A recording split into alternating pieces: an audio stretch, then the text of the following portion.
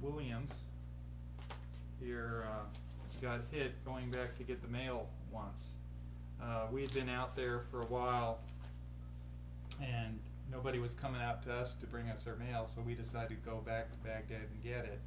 And they had the artillery guys ran a little store. You know, it was kind of a joke. They'd go with the supplies and pick up soda pop.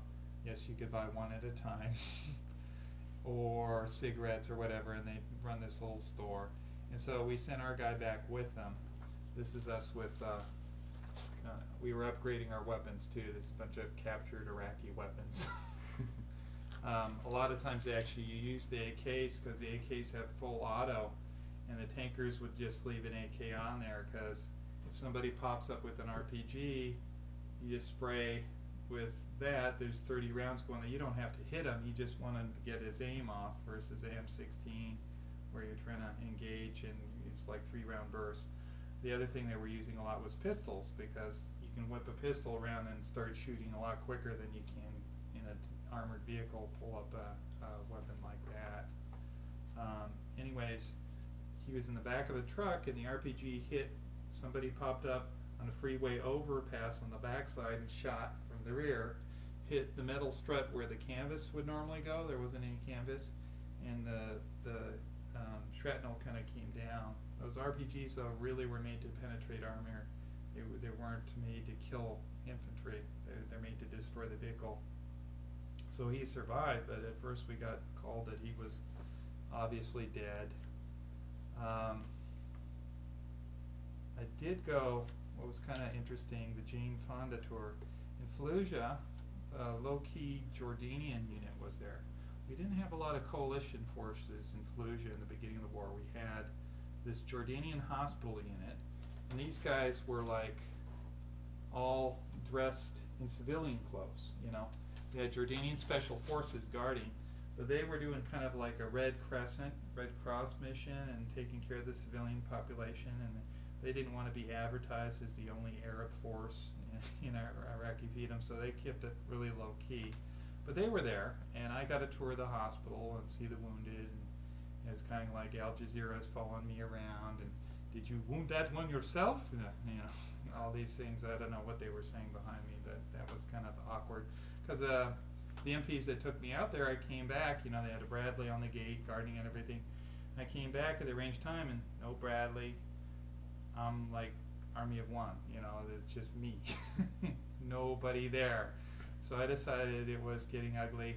Decided to go back in the base, and I had lunch with them. So that until my crew came back. But that was kind of different. But Ramadi, we were in an old airborne base. One thing is that the guy who shared the morale with me was the chaplain.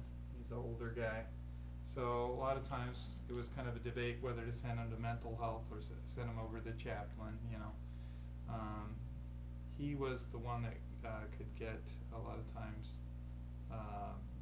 folks to be sent home, but almost no one was being sent home at that time. It was just the logistics. You had to send them with somebody, and then you wouldn't get that soldier back, and they were already losing soldiers to wounded.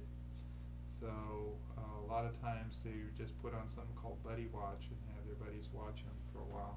These are the fuelers. They don't mess with you when you're in combat and you're driving gasoline around. You can kind of dress how you like.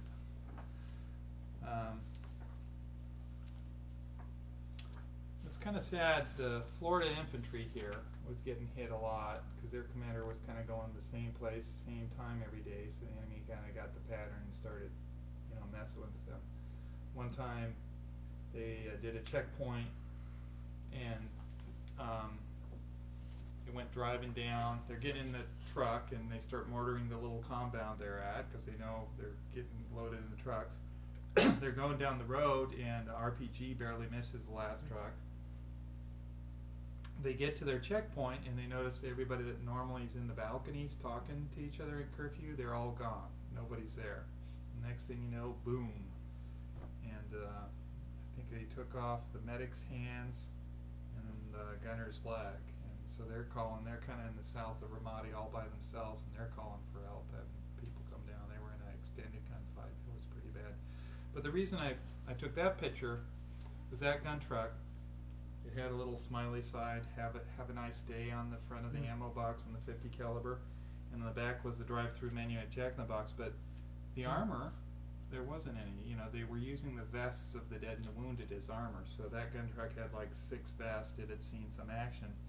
My truck here had 1 vest from my driver who got a medevaced, you know, after he was wounded. So that was kind of the armor of the day. Some guys were trying to get, you know, weld-on metal armor themselves, but we were told not to because, you know, that wouldn't be good. When we'd go out with the doors off, we'd be sitting sideways, which was kind of interesting, because you're sitting sideways with your weapon in your hand. You know, for the guys with the M16s, with the pistol, when it got bumpy, I'd grab up on the bar so I wouldn't fall out. But the guys with the M16s really didn't have that option. All I could do is hope to lean back and not be bumped out, and those dirt roads get mighty bumpy at times. So it got awkward. You know, we'd be coming up. This one, I would have made the cover of Time Life if I had a picture on this. This guy, 2 angry sheiks, you know, long thing, come up, passing on the right. Combat units would probably just shoot him, you know, just for passing the convoy, you know. And behind was this woman, right? And angry guys are in the front seat, she's in the back seat, and we're sitting there like between the distance, you know, like 6 feet away, and I'm sitting there trying to put the weapon down so it's not, you know, because, you know, you got caravans with kids coming by and you don't want to be like, you know. So she takes off her veil and goes, and you're just seeing like a little feminist thing going on there. It would have been just this beautiful smile. A little bit of politics there, but that was different. This is a fun activity called Burning the Shit, where you basically take the can that's already filled. It's a real adventure in the night because you never know how far the can's full, so you can sit down on something if you're not careful. But you use MoGas, which is kind of like the aviation fuel they put in the tanks. And that's one of the things. The tanks, you hear this, and you think the helicopter blades are starting, and you realize it's the damn tank. You know, it's like a turbine engine that, you know, take that sucker to 60 miles an hour in seconds. I like this little thing. It says, "Don't follow us, we're lost," you know, in the dust on the back of the Humvee. But after he was evacuated in this helicopter, this is him after he got blown up. His uniform was all shredded, and he got medevaced.